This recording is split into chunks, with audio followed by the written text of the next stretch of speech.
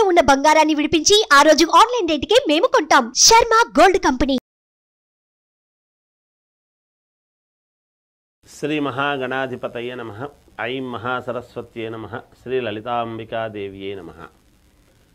రాశి ఫలాల కార్యక్రమంలో భాగంగా మామూలుగా ఈ జూలై 12వ తేదీ నుండి ఆగస్టు 26 వరకు కుజ గురువులు కలిసి ఉండటం అనేటువంటిది జరుగుతూ ఉన్నది. ఎక్కడ? వృషభములో కుజ గురువులు కలిసినప్పుడు మరి ఏ గ్రహాలు కలిస్తే ఏమేమి గోచార రీత్యా మనకు జాతకములో జరగాల్సినటువంటి పనులు జరుగుతాయి, ఏవి జరగవు, ఎవరికి ఏ రాశి వాళ్లకు జరగవు, ఏ రాశి వాళ్లకు అనుకూలముగా ఉన్నది, ఉంటే ఎంతవరకు మనకు ఉపయోగం ఉంటుంది అనేటువంటి దాని గురించి మీకు ఇప్పుడు తెలియజేస్తున్నాను.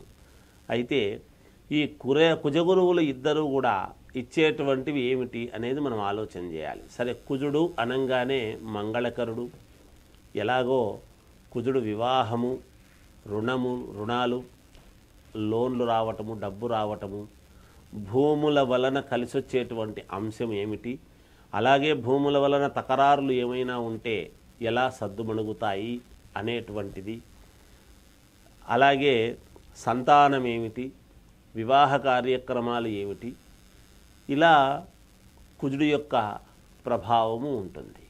ఇక గురువు వచ్చేటప్పటికీ గురువు ఇచ్చేటువంటిది ఏమిటి? వరే నీకు గురుబలం బాగలేదు అనేటువంటి మాట ఒకటి వింటూ ఉంటాం. నాయనా నీకు గురుబలం సరిగ్గా లేదు అని. గురుబలము బాగుంటే ఏమొస్తుంది ఏమిటి అంటే గురువు అనుగ్రహం. మనం ఏ పని చేస్తూ ఉండినా, ఏ వ్యాపారం చేస్తున్నా కలిసి రావాలి, ఒక ఉద్యోగం రావాలి, ఉద్యోగంలో ఉన్నతత్వము రావాలి, అలాగే ఏదైనా విదేశాలకు వెళ్ళాలి, ఏ పని చెయ్యాలన్నా, ఒక కొత్తది ఏదైనా మొదలు పెట్టాలి అన్నా, ఇలా ఏది చేసుకుందామన్నా గురువు యొక్క అనుగ్రహము చాలా అవసరము. అందుకే గురువు అనుగ్రహించాలి. గురువు ఏమిస్తాడు? యోగాలు ఉంటే యోగాన్ని అనుగ్రహించేటువంటి వాడు గురువు.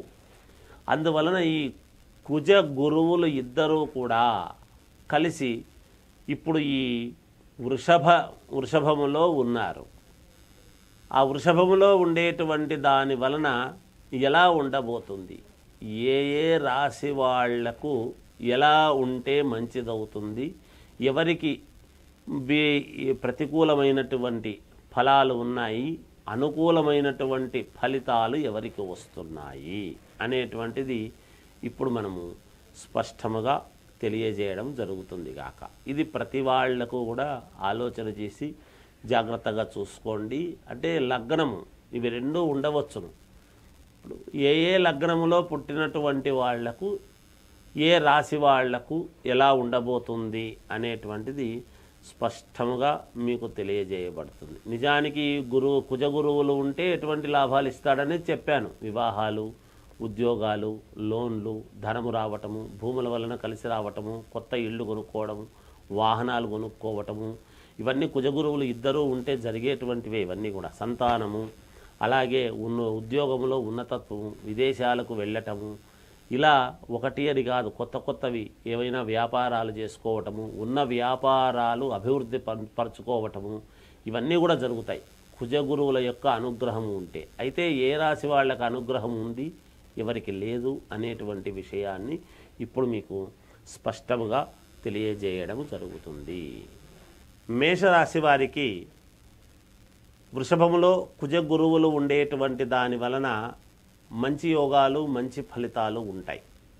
మీరు అనుకున్నటువంటి పనులు అనుకున్న సమయానికి పూర్తి చేసుకోవటము, తద్వారా ఎందుకంటే రెండవ ఇల్లు ద్వితీయమవుతుంది కాబట్టి ఆ ద్వితీయములో కుజగురువులు ఉండేటువంటి దాని వలన అన్ని సత్ఫలితాలుగానే గోచరిస్తూ ఉన్నాయి గాక.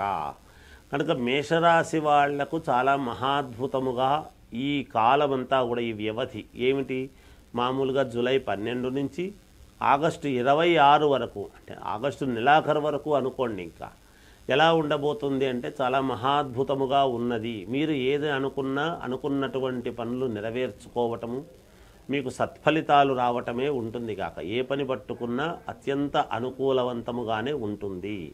అయితే మీరు ఏ లగ్నములో పుట్టారు ఏమిటి?